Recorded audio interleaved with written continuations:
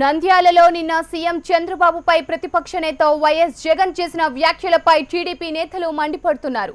రాష్ట్ర వ్యాప్తంగా నిరసనలు చేపట్టారు. జగన్ పై చర్యలు తీసుకోవాలంటూ కర్నూలు జిల్లా ఎస్పీకి పలువురు నేతలు ఫిర్యాదు చేశారు.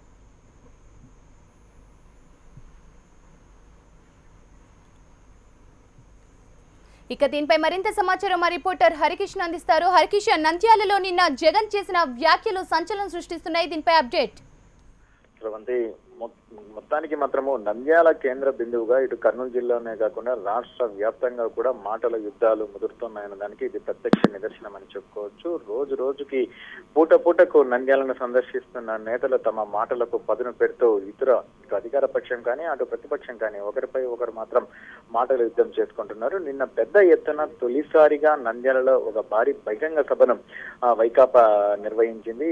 పూర్తిగా సక్సెస్ అయిందని చెప్పేసి ఆ శ్రేణులు పెద్ద ఎత్తున సంబరాలు చేసుకుంటున్నాయి. మరోపక్క ఆ జన సమీకరణ చేసిన ప్రయత్నంలో ఆ జనాన్ని చూసి వైకాపా అధినేత ఘాటైన విమర్శలు ఇటు ప్రభుత్వాన్ని ఉద్దేశించి కానీ అలాగే ముఖ్యమంత్రి చంద్రబాబు నాయుడు గురించి కానీ పెద్ద ఎత్తున విమర్శలు చేసిన సంగతి తెలిసిందే. ఇదే నేపథ్యంలో హామీలు ఇచ్చి మరిచినటువంటి ముఖ్యమంత్రి రోడ్లపై తిరగనివ్వకుండా అతను ఎక్కడ కనిపించినా కూడా కాల్చాలి అనే కొన్ని వివాదాస్పద వ్యాఖ్యలు కూడా చేయడం జరిగింది. దీనికి నిన్న రాత్రే నంద్యాలలో ఆశగా వైకాపా అధినేతకు తగిలింది.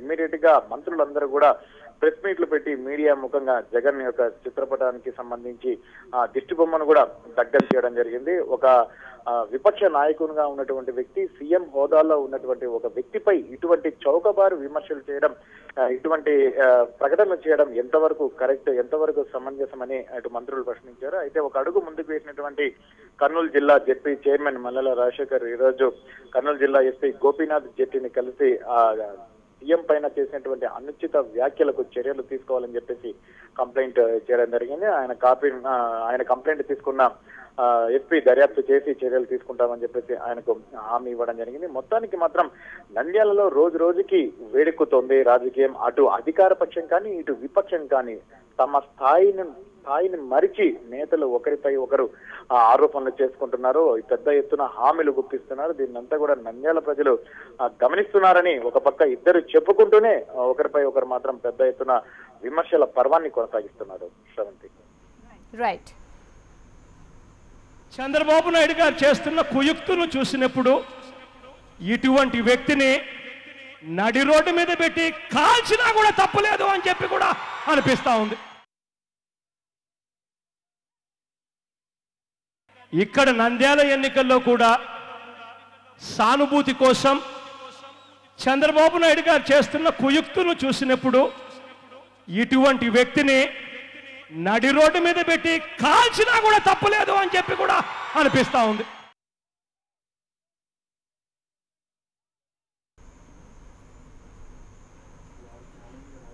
నంద్యాల బహిరంగ సభలో సీఎం చంద్రబాబుపై వైసీపీ అధినేత అనుచిత వ్యాఖ్యలు చేశారని టీడీపీ నేతలు మండిపడుతున్నారు. దేవినేని అవినాష్, కడియాల బుచ్చిబాబు ఆధ్వర్యంలో విజయవాడ పటమట ఎన్టీఆర్ సర్కిల్లో జగన్ దిష్టిబొమ్మను దహనం చేశారు. అనంతరం సిపి సవాంగ్ను కలిసి వినతి పత్రం సమర్పించారు. జగన్ తన వ్యాఖ్యల ద్వారా సీఎం పట్ల ఉన్న అక్కసును తీర్చుకున్నారని టీడీపీ నేతలు విమర్శించారు. ఇక దీనిపై మరింత సమాచారం విజయవాడ నుంచి మా ప్రతినిధి మధు అందిస్తారు. మధు, ప్రస్తుతం సిపికి వినతి పత్రం సమర్పించినట్లు తెలుస్తోంది. దీనిపై అప్డేట్స్ ఏ విధంగా ఉన్నాయి? మొత్తంగా నిన్న నంద్యాలలో వైసీపీ అధినేత జగన్ ముఖ్యమంత్రి చంద్రబాబుపై చేసిన వ్యాఖ్యలు రాష్ట్రంలో రాజకీయ వాతావరణాన్ని వేడెక్కిస్తా ఉన్నాయి.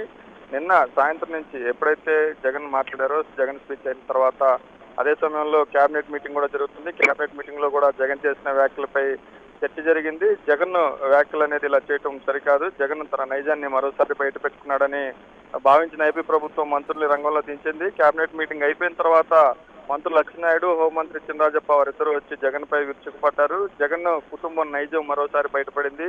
ముఖ్యమంత్రి స్థాయి వ్యక్తిని బహిరంగంగా కాల్చి చంపాలని చెబితే ఇక జగన్ అధికారంలోకి వస్తే సామాన్య ప్రజల పరిస్థితి ఏంటని చెప్పి వాళ్ళు ప్రశ్నించడం జరిగింది. ఈ రోజు ఉదయం నుంచి కూడా అదే రకమైన వాతావరణం కంటిన్యూ అవుతోంది. విజయవాడలో జగన్ దిష్టిబొమ్మను టీడీపీ నేతలు దేవినేని అవినాష్, అదేవిధంగా ఆయనతో పాటు ఉన్న మరికొంతమంది నాయకులు కూడా దిష్టిబొమ్మను దహనం చేశారు. తర్వాత సిపి గౌతమ్ సవాంగ్ని కలిసి చర్యలు తీసుకోవాలి, జగన్ చేసిన వ్యాఖ్యలపైన కూడా కోరడం జరిగింది. తర్వాత కొద్దిసేపటి క్రితమే మంత్రులు ఆనందబాబు, అచ్చెన్నాయుడు మరోసారి జగన్ పై ధ్వజమెత్తారు. మొత్తంగా రాష్ట్రంలో అన్ని జిల్లాల్లో కూడా పార్టీ నేతలంతా కూడా జగన్ పైన అదేవిధంగా వైసీపీ నేతల పైన విరుచుకుపడతా ఉన్నారు. సీఎం చంద్రబాబుపై చేసిన వ్యాఖ్యలు మొత్తంగా రాష్ట్రంలో రాజకీయ వాతావరణాన్ని వేడి పుట్టించాయని చెప్పుకోవచ్చు. శ్రవంతి, అయితే మధు, ఎక్కడ ఏ సభ జరిగినా జగన్ కి సంబంధించి, ఆ పార్టీకి సంబంధించి ఏ సభ జరిగినా కూడా జగన్ చంద్రబాబు నాయుడిని దూషించడం పరిపాటిగా మారింది.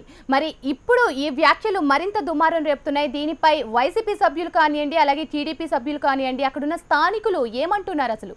శ్రవంతి, రాజకీయాల్లో ఒక సభల్లో కానీ ఇతరత్ర మీటింగ్లో కానీ పార్టీల మీద విమర్శలు చేయడం అనేది చాలా కామన్ అని చెప్పుకోవచ్చు. కానీ నిన్న జగన్ చేసిన వ్యాఖ్యలు కొంత డోసు పెంచాయని చెప్పుకోవచ్చు. ఏకంగా ముఖ్యమంత్రి చంద్రబాబు నాయుడిని టార్గెట్ చేసి గతంలో ఈ టీడీపీ ప్రభుత్వం అవినీతికి పాల్పడిందని ఆరోపణలు చేసే జగన్ ఈసారి మరింత డోసు పెంచారు. ఏకంగా ఆయన చేసిన తప్పులకి బహిరంగంగా కాల్చి చెప్పాలని మాట్లాడటం టీడీపీ శ్రేణులకి ఏమాత్రం మింగుడు పడటం లేదు. ఒక రకంగా నంద్యాల ఎన్నికల్ని రెండు పార్టీలు ఎంత సీరియస్ గా తీసుకున్నాయనే దానికి ప్రస్తుత వాతావరణం మనకి అర్థం పడుతుంది.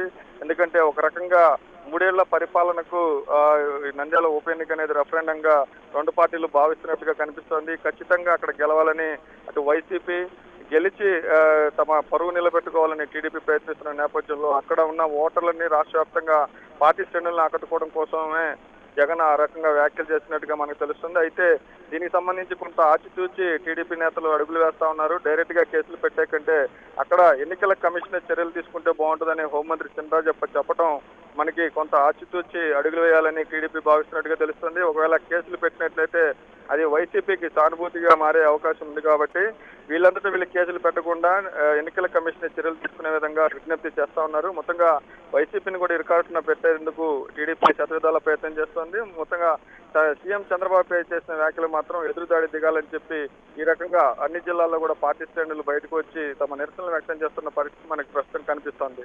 శ్రవంతి, మధు, మరోపక్క బయట సభల్లోనే కాకుండా అసెంబ్లీలో కూడా చంద్రబాబు నాయుడు కానివ్వండి, జగన్ కానివ్వండి, మాటకు మాట దూషించుకుంటూనే ఉంటారు. ఇది చాలా కామన్ గా జరిగే విషయమే. కానీ ప్రభుత్వం దీన్ని ఎంతవరకు సీరియస్ గా తీసుకున్నది, వీళ్ళకు సమాధానం ఏ విధంగా చెప్పబోతోంది?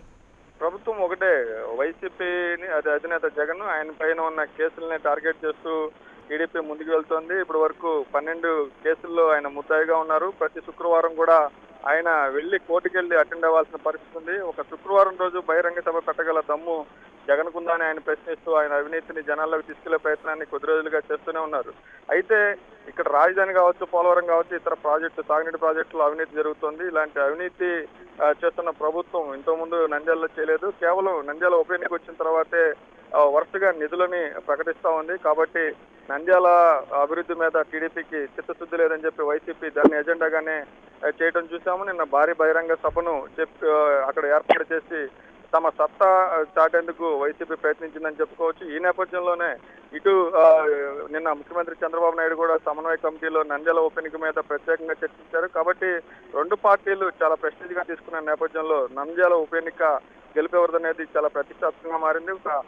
ఈ నేపథ్యంలోనే ఇటువంటి వ్యాఖ్యలు రావడం అనేది మీరు అన్నట్టు గతంలో అసెంబ్లీలో కూడా టీడీపీ నేతలు అదేవిధంగా వైసీపీ నేతల మధ్య కొంత అభ్యంతరకరమైన వాతావరణం నెలకొంది.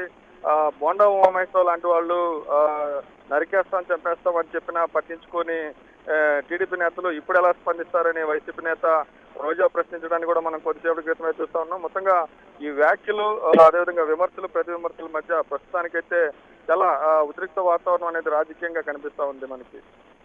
మధు, ఇక మనం నంద్యాల ఉప ఎన్నికల సందర్భంగా ప్రతి ఒక్కరు సభలు నిర్వహిస్తూనే ఉన్నారు. ఎవరికి వాళ్ళు తమ సభలు చాలా తొందరగా రియాక్ట్ అయితే కూడా అనుకుంటారు. బట్ ఇక్కడ మనం చూసుకుంటే వైసీపీ సభ్యులకి ఇప్పుడు పెట్టిన సభ ఎంతవరకు పాజిటివ్ గా ఉంటుంది, వీళ్ళకి ఈ సభ ఎంతవరకు ఎఫెక్ట్ అయ్యే అవకాశం కనిపిస్తోంది?